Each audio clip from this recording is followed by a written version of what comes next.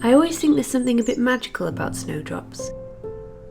It's still winter, the ground's cold and everything looks dead. And then these small white nodding flowers just appear. One day the garden is asleep, and the next there they are, tucked along a path or gathered at the base of a hedge.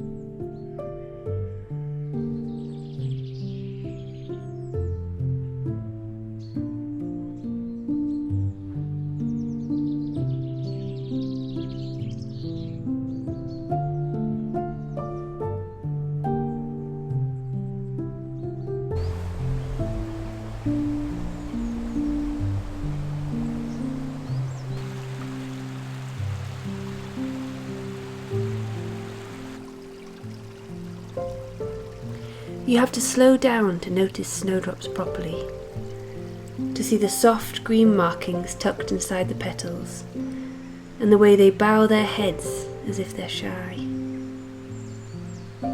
Frost, grey skies, frozen soil, none of it seems to faze them very much. For me, they're less about the end of winter and more about the promise that something is stirring underneath it. That although everything seems dead, there's been a quiet shift. A reminder that the garden is waking up, even if we're not quite there yet. Stick around to the end of the video where I'm going to be making an arrangement using snowdrops from my garden. Hello, welcome back to Blackthorn Cottage. My name's Anna and I'm a flower grower and florist based in Northumberland. I live in a little cottage with my husband Johnny and my two dogs Frank and Neville, and I love to grow flowers. And today I'm in my makeshift flower studio, which is just our garden shed, but I've sort of commandeered it in the last year or so for all of my floristry things. Well, it's a bit of a battle between floristry things and bee things, because my husband Johnny is a beekeeper, and so on this side a big pile of all of his beekeeping equipment, and then over here is all of my floristry things. So there's a bit of a battle for space in this shed. But we have really exciting plans hopefully this year. We've got to finish our renovation first to build what we're calling the mega shed, which will be a much better version of this basically. So we're going to have a little flower studio and a little pottery studio, and then a little lean-to greenhouse on the side, and a little bee room round the back for all of my husband Johnny's bee things. So that's going to be absolutely awesome. But like I say, we need to actually finish renovating our house before we start thinking about exciting shed things. But what I thought I would do today, because it's the middle of February, and February is a really good planning month, so I thought what I would do today is go through, I've got my box of seeds. So I thought I would go through all of my seeds from last year and work out what it is I need to order. I've already got a bit of a list going on Chiltern Seeds, which is where I tend to buy a lot of my seeds. I buy seeds from a few different places. I really like Alma Proust. They do really beautiful seeds as well, and really unusual varieties. And I like Sarah Raven, she's really good. And Plants of Distinction is also, I've ordered a couple of things from there this year, a few different sweet pea varieties that look really nice. But I tend to do most of my seed shopping on the Chiltern Seeds website. So at the minute I have got 36 things in my basket, which is quite a lot. And a nice mixture of, I've got cobea, which I've never grown before, the cup and saucer vine, so I'm excited to have a go at growing that. I need to sow that this month, so I need to get on with that. And I've got some snapdragons and some nicotiana, and some more sweet peas, some more celine, some larkspur, and I'm quite excited. I've never grown asters before, so I've got some asters in there as well. Some globe amaranth, which I've never grown before. And then I remembered, so I was going through and putting different things in the basket. I've been doing this over a few days. And then I remembered nasturtiums, and I was like, oh, I should get some more nasturtium seeds, because I was running a little bit low on nasturtiums last time I checked. And I found some unbelievably beautiful varieties. So I got a bit excessive with the nasturtiums. But some of these, look at this one, Milkmaid. And this one here, Bloody Mary. How interesting is that? So nice. I've also got some Achillea in there, which is probably one of the flowers I would most recommend growing for arrangements. It just keeps on pumping out the flowers all season long, and they're such interesting shades, and it's really good vase life, and they're just absolutely beautiful. Lavatera, I've never grown that before, but I've seen quite a few of the growers that I follow on Instagram growing that, so I'd like to have a go. Same with the bunny tails. That looks like a really nice textural element for arrangements. Tagetes, I've never grown that before, so I'm quite excited about that. Zinnias, I really love, and a few more sweet peas at the end there. I don't think I'll be adding too much more to my basket, but what I'm going to do is I'm just going to check through all my seeds now, see what I've got, and then make a list. Because what I want to do today is have a good planning session, and on a big bit of paper, write down all the things that need to be sown, when they need to be sown, and make a bit of a plan, because otherwise it's very easy, especially when you don't have loads of space like me, to go a bit overboard and sow things at the wrong time and that sort of thing. And I want to be quite organised this year, is my plan. So I'm going to do that, and then I will see you inside to start coming up with a bit of a plan for the year. Probably one of my favourite things about the winter is this time to sit and reflect on the growing year that's just gone and think about the growing year to come. I've got really big plans for this year, so I'm excited to get started. Okay, I'm going to have a look at my seeds now.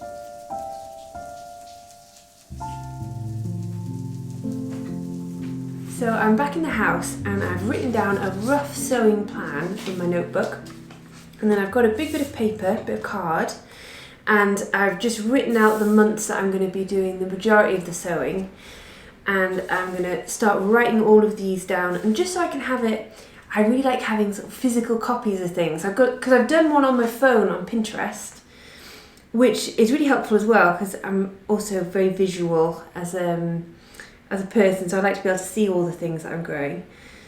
You can now do, on Pinterest, you can do boards within boards, which is really good. So I've got a Garden 2026 board, and within that I'm going to have all my sweet peas on one board, all the flowers that I'm growing. I've got a different section for roses, because I want to get a few more roses this year. And I've got a general garden vibe one, which is just more about the aesthetic of the garden and what I'm going for this year. And then I've also put at the bottom, I don't think I've mentioned this much in videos, but last year I had a lot of problems with deer in the garden. So right before I did the flowers for my first wedding, my friend Lucy's wedding, about a month before, maybe a little bit longer, maybe 5 or 6 weeks before, for the first time in the whole time that we've been living here, a deer came into the garden and started eating my flowers. It was extremely stressful. And so I had all these beautiful roses blooming, and then went in the next day, and they were just, all of the flowers had been eaten. Anyone who's had deer knows how stressful it is. All of the flowers had been eaten, and they started nibbling on other things as well. They ate a load of my calendula, and it wasn't good. So what I did was, I felt so smug as well. So I got, you can get these like sonic devices that you set up. So I got like 5 of them and put them around the garden. And they totally worked. And it made you feel a little bit like you had tinnitus because there was very like high-pitched kind of like sound. And but it totally worked. And so I was really smugly telling everyone, if someone would say something about pests in the garden, I'd be like, have you tried one of these sonic devices? And then all of them one day in September, maybe late September, very early October, one day all of them just stopped working bar one, and the deer came back and ate all of my roses, all the calendula, and then went along and ate all of the sweet pea seeds that I was saving for this year's batch of sweet peas. It's very frustrating. So yeah, I've got a plan for this year. I'd be really interested actually in the comments if you've had problems with deer, if you could let me know what you've done, because I tried all the things, you know, when you're supposed to make like a concoction of really horrible smelling things to spray on them. But if I'm wanting to sell my flowers, that doesn't seem like a very good solution to me. And so one of the solutions I've been thinking about is fencing in really beautifully. So I'll show you now the board that I'm looking at. Fencing in the cut flower garden. And some of these, I think these look really beautiful. And using trellising, like this one here. And so I can grow loads of lovely things up on the inside. And I mean, it would be a shame because it would interrupt the view as you first walk into that top bit of the garden. You get that lovely view out over the hills. And it would interrupt that slightly. But you can't really grow flowers professionally when you have the threat of a deer coming along at any moment to eat them, because that would be extremely stressful. So that top, I'll put some video in now so you can see the bit of the garden I'm talking about.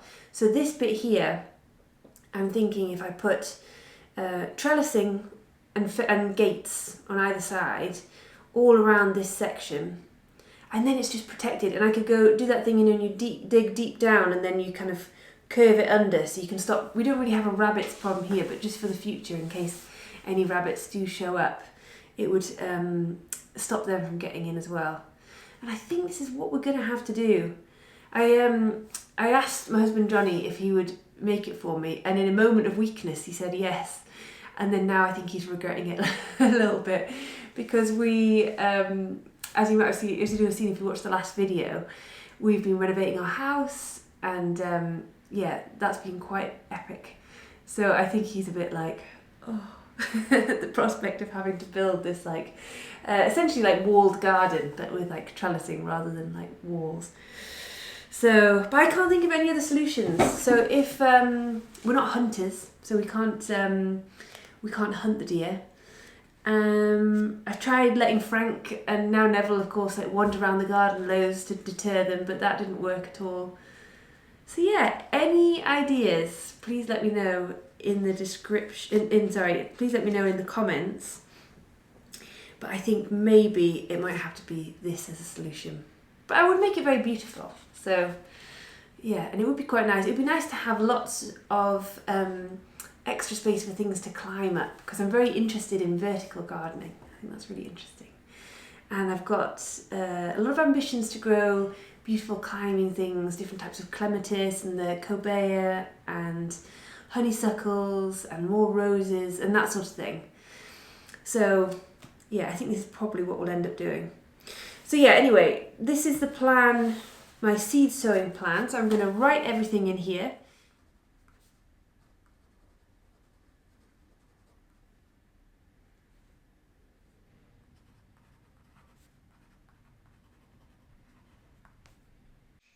Okay, this is it. And Neville's woken up. So I'm going to take him out in the garden. It's a little bit messy, but I do have quite messy handwriting, so that's just how it is. But it's really helpful seeing it all written out like that. You can see how busy March is going to be. So I'll have to pace myself in March. But it's been good to write down all the different sowings that I want to do as well. And seeing that written down is really helpful.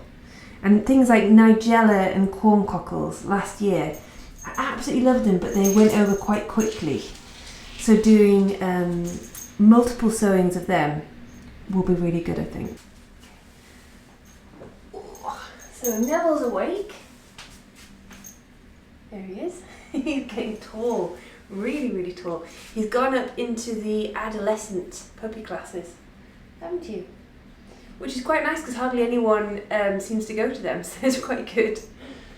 So it's really horrible out there. It's really windy and rainy, so I don't think it's the day for popping all the seedlings out and cleaning the outside of the greenhouse. But what I'm going to do is go into the greenhouse and sow some seeds and just be outside for a little while. And then, yeah, see how we get on. Are you ready to go in the garden? I think you are.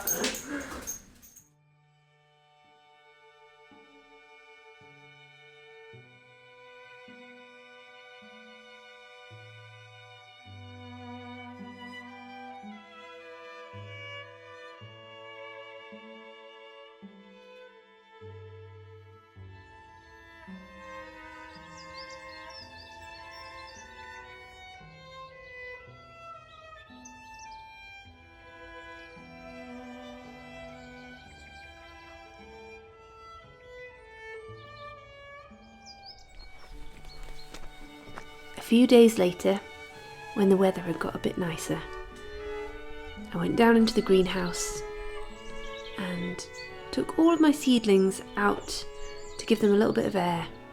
I think it's really important to do this as often as you can if you've got seedlings in the greenhouse.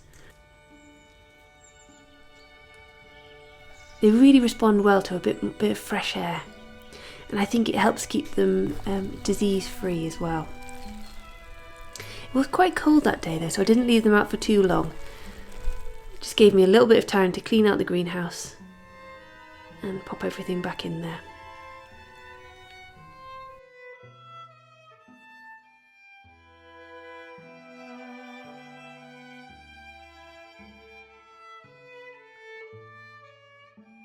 And then I picked some snowdrops from the garden to make an arrangement. I'd really recommend, if you want to grow some snowdrops, I really recommend buying them in the green. And that just means buying them as established plants. Because snowdrops, when you grow them from bulbs, can take a really long time to establish.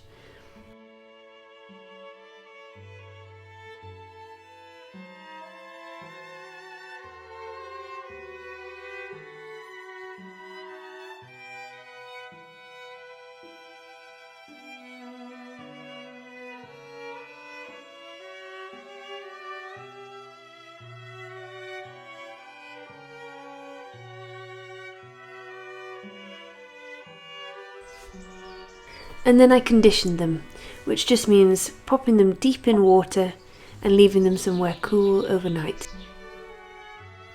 Frank and Neville have been doing this more and more, in between play fighting a lot. But it's very sweet to see them lying in this bed together. I really like it.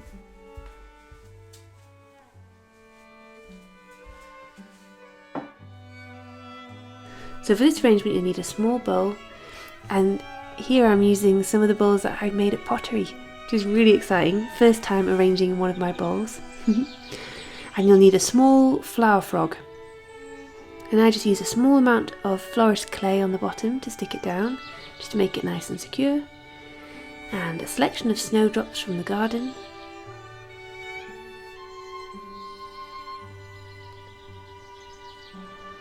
And then a bit of moss from the garden as well. And then just top it up with water. And then you want to just add snowdrops at different heights. And the idea of using a small pin frog like this is so that it looks like the snowdrops are growing in the bowl. And I've seen a few florists making these arrangements on Instagram. Millie Proust did a really beautiful one. I just love the markings on them. They look like hearts. They're so pretty. So yeah, I've been wanting to have a go at making one of these arrangements myself. You've got to be very gentle with the stems because they're quite thin and delicate. So just be really, really gentle and add them in at lots of different heights and different angles like this. so that it looks like they're just growing in the bowl.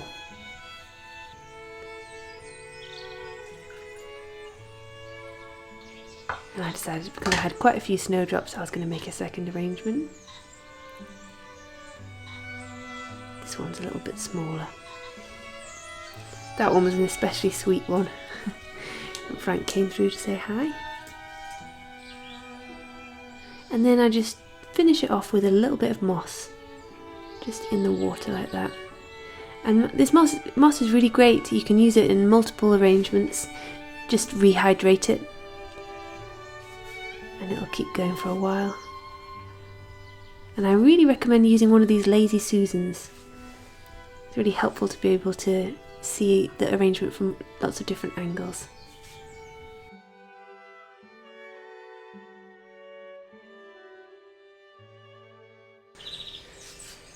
And this is what they look like when they're finished. I'm so pleased with it. I think they look so sweet. I think I'll pop them in here and take some pictures of them for Instagram. But I think this would make the sweetest gift for someone, especially this time of year, because imported flowers are so bad for the environment, and they're so bad for the people who work with them. I've been reading a lot more recently about the impact on the environment and on the health of people harvesting imported flowers, and it's not good. So the more we can normalise seasonal flowers, the better, I think. So I was talking to, it was recently Valentine's Day, and I've kind of semi-given up chocolate, not 100%, but I don't eat loads of chocolate these days. And so Johnny was saying, my husband was saying, I don't know what to get you for Valentine's Day, because you don't want imported flowers and you don't eat chocolate anymore. So, and in the end he made me a lasagna that was like, I'll pop a little picture and a couple of pictures of him making it. It was the most delicious lasagna I think I've ever eaten. So that was an incredible Valentine's Day present. But I said, next year, just give me a bunch of snowdrops. And how romantic would that be, do you not think? To, like a bunch of snowdrops all tied up in a bit of beautiful ribbon. Oh, I think that would be the most romantic bunch of flowers ever. Or hellebores. I mean, hellebores are a bit trickier because they're quite diva-ish out, and they don't like being cut, so you've got to condition them really, really carefully. So I reckon snowdrops would be a better bet. But yeah, if you have like a friend or family member whose birthday is in February, January, February, sweet little bunch of snowdrops, or a little arrangement like this would be nice. And it's very, very cool to be using one of my bowls. I mean, don't look too closely because they aren't perfect. They're a little bit wonky, but it's when I imagined doing pottery and incorporating it into my floristry, this is what I was imagining. Making bowls, doing arrangements in the bowls. So it's, yeah, very, very cool. And pottery's going very well. I just do, pop these down rather than standing like this. I just do 2 hours a week at the minute in a class, which is really, really good. And sometimes my pottery teacher lets me stay behind a little bit after and do a little bit extra, which is really, really kind. And I'm so enjoying it. I think it's really, really good for you, isn't it, to do things, new things, and especially really things like pottery, which are a really good combination of learning loads of new things physically, because it's a lot of effort. Sometimes I come back and my arms are really, really sore from like all of that physical effort, but also really mentally challenging as well. So learning new things and having to remember loads of different processes has been really, really good. One thing I'm not so good on, not good at, but one thing I avoid is glazing. So I tend to make things. I really like being on the wheel, and then I quite often will say, oh no, I'm not going to bother keeping it, but if I really like it, then I'll keep it. But I've ended up with this little pile of things that have all been fired but not glazed yet, because I don't know why. I think it's that thing of not wanting, you put all that effort in, you know, throwing it and trimming it and getting it just how you want it, and then I'm really worried that I'm going to mess it up by putting a glaze on it that I don't like. So I do have to, the next pottery session I've got, which is next week, I really do have to do some glazing. So I'm going to have a full session just on glazing. But I cannot wait to have my own setup. When I was saying earlier in the video about making the mega shed, and part of that's going to be a little teeny tiny pottery studio, which will be absolutely amazing. I keep, you know, when you have like a dream, like a, oh, and you can picture yourself so vividly doing something. That's what I can picture. My little tiny flower studio, a little tiny pottery studio. It'll be very, very good. But we do have, like I was saying earlier in the video, a lot of garden plans with trying to fence in the flower garden. So please do leave comments with tips if you've had to do this in your garden. That would be really, really helpful. But thank you so much for watching, and thank you so much for all of your lovely comments. I so enjoy reading them. Everyone's so kind. And so please leave me a comment if you want to, and let me know what you're up to in your garden this month. And is it raining an unbelievable amount? Because it is here. It's yet another rainy grey day outside, but it's very nice to hear all the birds are coming back. I've been enjoying having, I'm in the sort of pantry boot room bit of our house, and I'm really enjoying leaving this door open each day for a little bit just so I can hear all of the birds.